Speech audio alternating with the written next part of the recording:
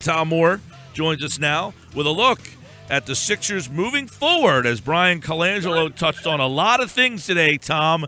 I thought at the top of that list was their approach heading into free agency here, because that's really discussion about the next step for this franchise, where their head is in terms of moving past post-process here. Yeah, Mike, I asked him about free agency because last year the approach was, we're willing to spend money for the right person, but we'd like to preserve our cap space and financial flexibility going forward. And coming off a 10-win team, they weren't necessarily in a great place, to attract, quality free agents. I'm not sure if that's the case, but yeah, certainly, injuries notwithstanding, and it's a big if, but if Embiid and Simmons are healthy, with Saric and at least one top 7 pick in the draft, that appears to be a pretty good nucleus. Yeah. He talked about shooting. They need shooters, and Brett Brown said the same thing earlier this week. Yeah, Tom. Ideally, yes. Tom, real quick, did he, the quote that you tweeted out was, we're going to make it known we're a player in free agency, but we're going to be prudent. That kind of sounds like, you're still in on the Gerald Henderson, Jared Bayless type of player, right? That doesn't say you're in on the top-level guy. Well, I think, I think the idea is we're willing to consider anything, but to think, the Paul Georges and the kind of elite players are going to come here at this point, probably not. But the shooters, Brown said earlier this week, and Colangelo said again today, they really need perimeter shooting at multiple positions. So that could be something that maybe not Kyle Korver, but a Kyle Korver type might be somebody, whether it's off the bench or whatever, that could really help it if Simmons is playing the point on offense and driving and kicking and all that stuff, and Embiid is healthy enough to play a decent number of games and commanding double teams down low and so on. Covington is healthy. He's back at, let's say, at the 3. So now who are you starting at the 1 and 2 technically, even though Simmons is the 1 on offense? I think the idea is, hey, we're here. We're interested. Give us a chance, and then they'll go from there depending what's out there and what it's going to cost, and perhaps more importantly, how many years it'll be. You'd have to sign a guy too. Tom Moore with us now. Tom, I think. Wait, hold on real quick, Pete. I just want to jump in there because Colangelo said today that he thought Ben Simmons could guard most point guards in the league. So does that give you indication that they think that he will guard the ones? I don't think so, Mike. Brett Brown has repeatedly said, and Brett Brown said again today, he doesn't see him guarding the Tony Parkers and the Chris Pauls. He sees on the other end more, Kawhi, the Kawhi Leonard, those guys perhaps guarding him, and then he would defend who covers him. Because in transition, it's tough. If you guard, if you're guarding the 3 and the 4 is guarding you, you got to find him in transition every time down the court. It makes it more difficult. I think Bryan Colangelo was just trying to say he's got quick feet. Maybe he moves better than people think. But I just don't. Those guys are so fast, and I just think that would not benefit him. I could see on offense it's possible, but defensively, defending ones, that's just too much in my opinion. So Tom Moore, Bryan Colangelo talks today. The mindset of this team, that's my question to you, is the mindset of this team now, hey, it's time to win. They've moved on to it's time to win. No longer it's time to build, it's time to win. Both Brown and Colangelo were asked about kind of expectations next year, and neither one would, mention the P word, playoffs, or, Brown has continued to say, I had Joel Embiid for 31 games last year. How many games are going to happen for this year? Ben Simmons has yet to play a minute. Who are we going to get in the draft? Who are we going to get in free agency? There's so many unknowns. But I think, I think the hope certainly is that it's not game 78 next year, and they're tied for the 5th worst record, and fans are rooting for losses for ping pong balls again. I think the hope is that that's behind, and at least even if they're not a playoff team, They're a team that's moving up moving up the ladder in the Eastern Conference, and one step closer to being a postseason team and potentially a factor in the Eastern Conference. Do you think privately, though, they may not say it publicly, but do you think privately they think that if Simmons and Embiid were healthy this season, that they would have made the playoffs this season? I still don't know about that, Paul. I mean, they won 28. It would have required, I guess, 12 more wins.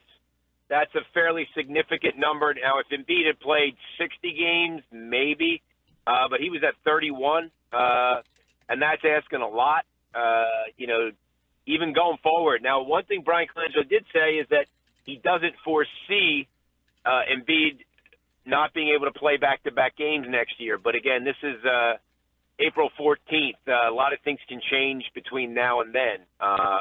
So I think they would have certainly won more games, but I don't know that that would have made that much of a difference. And Simmons, there's going to be a learning curve with him. I don't think he's going to play in the summer, but when he plays, I think it's going to take him some time. It's a different game that, the way it's played, the players are just so much bigger and faster, and all these guys with experience, it's going to take him time to adjust.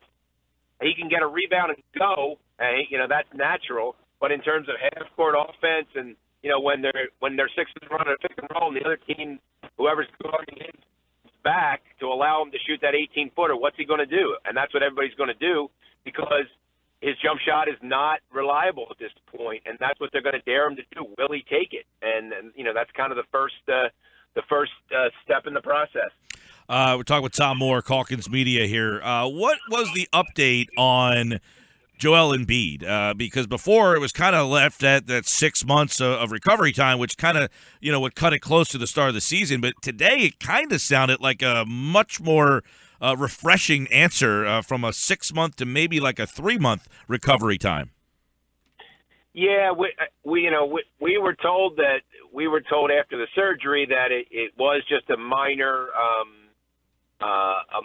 deal, and it sounded like it wouldn't be too bad. And then Jackie McMullen's the ESPN piece, she talked to Joel out in Los Angeles, I guess earlier this week, and I was reading it on the train home from New York late Wednesday night, early this morning. And Joel saying, I was told it was it was completely torn and it was 6+ months, we never heard that before. That's the first that was ever mentioned. And apparently that was not the case. So,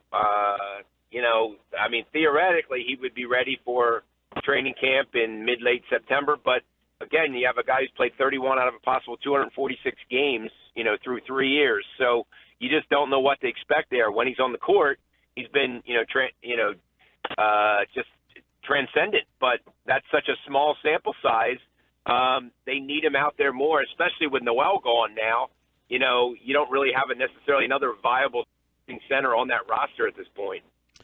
Tom, one thing is interesting here, too, is that they kind of equate Jared Bayless to adding a free agent already, which is fair. He barely played, 2 games this year, but how much do you think that Bayless, off the brief time he had here and what you know of him from being in the league, do they see him fitting in? Because many people would surmise that, hey, draft comes, you're going to be taking a guy that's probably going to be playing one of those backcourt positions, so that if you're putting Bayless in that spot, it seems that is kind of keeping somebody that you would be drafting maybe coming off the bench.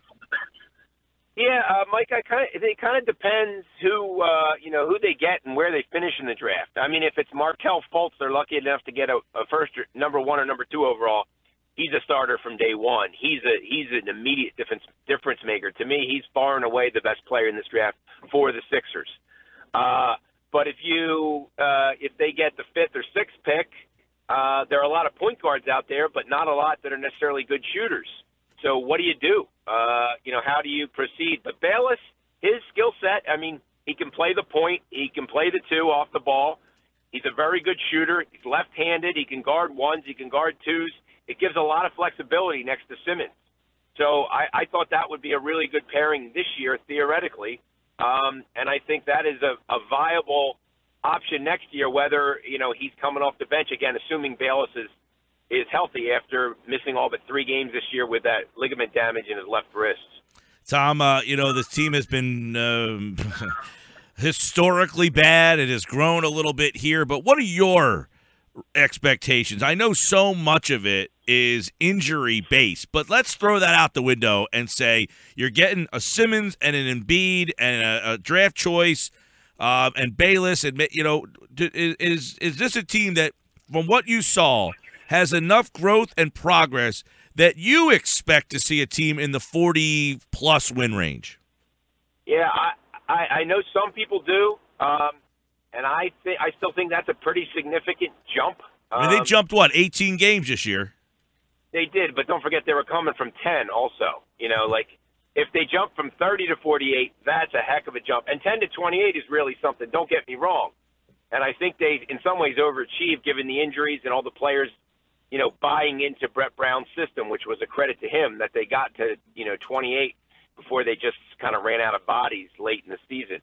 But I still think it would be a mid to upper 30s if, let's say if Embiid plays 50-plus games and Simmons plays, 60-plus games and Bayless is available for, same thing, at least 50 or 60 games, and the draft pick. I think that's enough to really push them up to where they could compete for a playoff spot.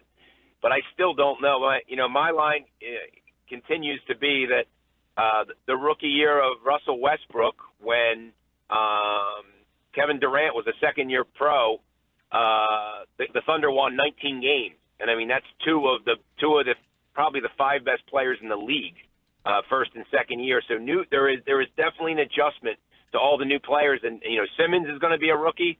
And, playing wise, and so will be their draft pick. So that's 2 immediate either starters or core guys, rotation guys that are new, and it takes time. It takes time to adjust and to figure things out, and all the games and the travel and everything. It's you're playing 2.5 times the number of games in college, so it is quite a difference.